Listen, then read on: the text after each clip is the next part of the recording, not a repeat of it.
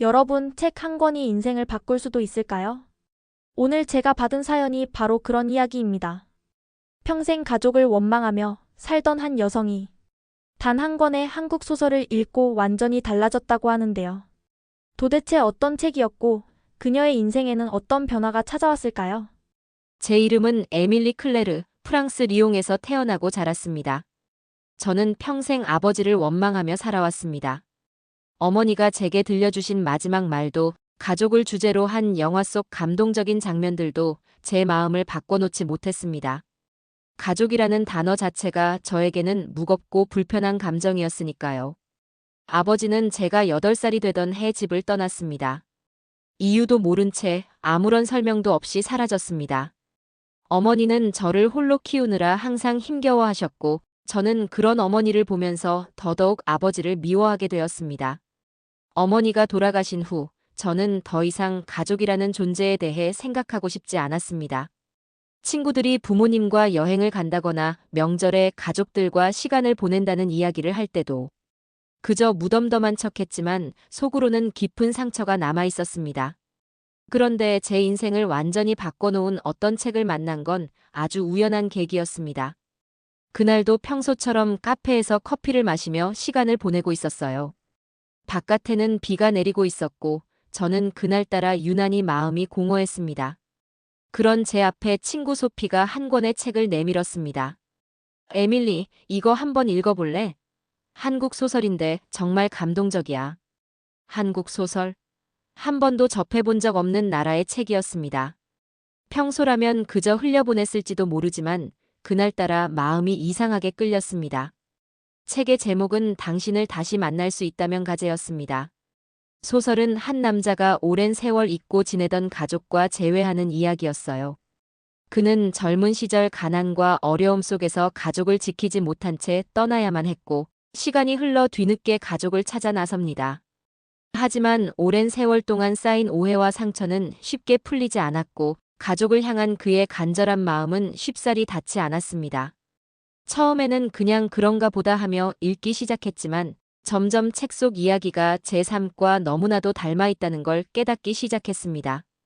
이건 마치 나의 이야기 같은데? 책 속 인물의 심정을 따라가다 보니 제가 그토록 원망했던 아버지의 입장에서 처음으로 세상을 바라보게 되었습니다. 그가 떠나야 했던 이유, 그가 오랜 시간 동안 가족을 그리워했던 마음. 모든 문장이 저에게 말을 걸어오는 것 같았습니다. 페이지를 넘길수록 가슴이 조여왔습니다. 마치 제게는 없었던 아버지의 편지를 처음 받아보는 것 같았어요.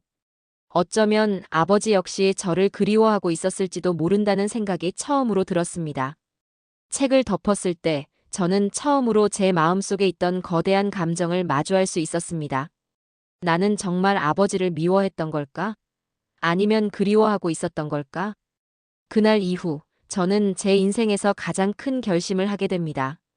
바로 30년 넘게 얼굴조차 보지 못한 아버지를 찾아 나서기로 한 것이었죠. 그토록 미워했던 사람을 다시 만날 수 있을까? 책을 덮고 며칠 동안 저는 깊은 혼란 속에 빠졌습니다. 처음으로 아버지를 떠올릴 때 가슴이 답답하지 않았습니다. 여전히 원망스러운 감정이 남아 있었지만 그 속에는 설명할 수 없는 그리움이 함께 섞여 있었습니다. 30년. 제가 마지막으로 아버지를 본 지 벌써 30년이라는 시간이 흘렀습니다. 어머니와 단둘이 살면서 아버지의 존재를 일부러 지워버리려 했지만 사실 저는 한 번도 그를 완전히 잊은 적이 없었습니다. 그가 떠난 이유를 한 번이라도 들어봤다면 혹시 모든 게 달라졌을까? 이제라도 그 이유를 직접 들어봐야 한다는 생각이 들었습니다. 물론 망설였습니다. 너무 늦은 건 아닐까? 아버지 역시 저를 찾을 마음이 없을지도 몰랐으니까요. 하지만 한국 소설 속 주인공이 용기를 내 가족을 찾아갔듯이 저도 그 용기를 내보기로 했습니다. 아버지를 찾아야겠다. 저는 우선 아버지의 흔적을 찾기 시작했습니다.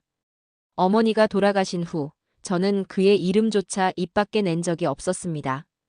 그가 어디에 있는지, 지금 살아계신지조차 몰랐습니다. 먼저 저는 아버지의 이름을 인터넷에서 검색해 보았습니다. 몇 가지 기록이 남아 있었지만 현재 거주지나 연락처는 찾을 수 없었습니다. 아버지의 옛 친구들에게 연락해 보았지만 오랜 시간이 지나면서 그 역시 연락이 끊긴 상태였습니다. 이대로 포기해야 할까? 그런데 마지막 희망이 남아 있었습니다. 어머니가 생전에 남긴 작은 서랍. 그 안에는 어머니가 평생 간직해온 편지들과 함께 아주 오래된 봉투 하나가 있었습니다. 봉투 속에는 한 장의 메모가 들어 있었습니다. 부르고뉴, 생트마리 거리 27번지. 아버지가 떠난 후 어머니가 적어두신 주소였습니다. 저는 곧바로 그곳으로 향했습니다. 떨리는 마음을 안고 기차에 올랐습니다. 창밖으로 스쳐가는 프랑스의 전원 풍경을 보며 여러 감정이 교차했습니다. 아버지를 만날 수 있을까? 그는 지금 어떤 모습일까? 아니, 그는 과연 제가 찾아온 걸 반가워할까? 기차에서 내려 적힌 주소를 따라 걸어갔습니다. 오래된 벽돌 건물들이 늘어선 조용한 마을. 그리고 마침내 그곳에 도착했습니다. 이곳에 정말 아버지가 계실까? 손을 뻗어 초인종을 눌렀습니다. 한참 동안 아무런 응답이 없었습니다. 너무 늦게 찾아온 걸까? 실망감이 밀려올 때쯤 안쪽에서 인기척이 들렸습니다. 그리고 문이 천천히 열렸습니다. 그곳에는 30년 동안 한 번도 만나지 못했던 나의 아버지가 서 있었습니다. 문이 열리는 순간 저는 숨이 멎는 줄 알았습니다. 눈앞에 서 있는 남자는 제가 기억하는 아버지와 너무나도 달랐습니다. 머리는 백발이 되어 있었고 얼굴에는 깊은 주름이 가득했습니다. 하지만 그의 눈빛만큼은 여전히 선명했습니다. 그가 저를 바라보았습니다. 마치 시간이 멈춘 듯한 정적이 흘렀습니다. 클레르? 제 이름을 부르는 그의 목소리는 떨리고 있었습니다. 30년 동안 한 번도 듣지 못했던 목소리. 그 목소리를 듣는 순간 가슴속에 묻어두었던 기억들이 폭발하듯 떠올랐습니다. 어린 시절, 그의 손을 잡고 길을 걷던 기억. 저녁 식탁에서 함께 웃으며 대화를 나누던 순간들. 그리고 마지막으로 등을 돌리고 떠나던 그의 뒷모습까지. 그는 마치 유령을 본 사람처럼 저를 멍하니 바라보았습니다. 네가 어떻게 여길? 저는 아무 말도 하지 못한 채 그를 바라보기만 했습니다. 수십 번이나 상상했던 장면이었지만 막상 눈앞에 마주하니 어떤 말부터 꺼내야 할지 알 수 없었습니다. 아버지. 제 입에서 나온 그 한마디에 그의 눈이 흔들렸습니다. 그 순간 그의 눈에서 눈물이 흘렀습니다. 30년 만에 처음 보는 아버지의 눈물. 미안하다, 클레르. 그는 갑자기 문을 활짝 열며 저를 집 안으로 들였습니다. 그가 사는 곳은 작은 오두막 같은 집이었습니다. 실내는 단출했지만 곳곳에 책과 사진들이 가득했습니다. 그리고 벽 한쪽에는 아주 오래된 사진 한 장이 걸려 있었습니다. 어린 시절의 나. 아버지는 30년 동안 단 한순간도 저를 잊지 않았다는 듯 사진을 바라보며 조용히 입을 열었습니다. 널 찾으려고도 했어. 하지만 네 어머니가 원치 않을 거라고 생각했어. 그럼 왜 떠났어요? 제 목소리는 떨렸습니다. 어릴 때부터 수없이 묻고 싶었던 질문이었지만 단 한 번도 할 기회가 없었던 말. 그때 나는 너를 지킬 수 없다고 생각했어. 그의 대답은 예상과 전혀 달랐습니다. 저는 아버지가 가족을 버리고 떠났다고 생각했습니다. 하지만 그는 그 순간을 그렇게 기억하고 있지 않았습니다. 그는 회사가 부도나고 경제적으로 완전히 무너졌던 시절을 이야기했습니다. 어머니와 저를 제대로 책임질 수 없을 만큼 힘든 상황이었고 그때 어머니는 오히려 그에게 이혼을 제안했다고 했습니다. 나는 떠나는 것이 너희를 위한 최선이라고 생각했어. 하지만 그게 옳은 선택이 아니었단 걸 깨닫기까지 너무 오랜 시간이 걸렸어. 그의 목소리에는 깊은 후회가 묻어 있었습니다. 저는 갑자기 책 속의 한 장면이 떠올랐습니다. 소설 속 주인공이 아버지와 재회하며 느꼈던 감정. 나는 아버지를 미워했다고 생각했는데 사실은 그리워했던 거였다. 그제서야 깨달았습니다. 제 가슴 한구석에 남아있던 감정이 단순한 분노가 아니라는 것을. 30년 동안 저는 아버지가 남겨둔 공백을 미움으로 채워왔습니다. 하지만 사실 저는 그 공백을 이해하고 싶었고 채우고 싶었습니다. 이해하고 싶다. 그가 왜 떠났는지 그리고 왜 다시 찾지 않았는지. 나를 한 번이라도 찾을 생각은 안 했어요. 그랬지, 정말 그랬어. 하지만 용기가 없었어. 아버지는 고개를 숙였습니다. 그의 손은 떨리고 있었습니다. 그제야 저는 깨달았습니다. 그는 저를 떠나고 나서도 평생 후회 속에서 살아왔다는 것을. 서로에게 하지 못했던 말들이 쏟아지듯 흘러나왔습니다. 미안하다고. 그리고 보고 싶었다고. 그날 밤 우리는 30년의 시간을 되돌리듯 이야기했습니다. 마치 서로가 놓쳐버린 시간들을 채우려는 듯이. 그날 밤 저는 처음으로 아버지를 온전히 이해할 수 있을 것만 같았습니다. 그날 밤 저는 아버지와 처음으로 긴 대화를 나눴습니다.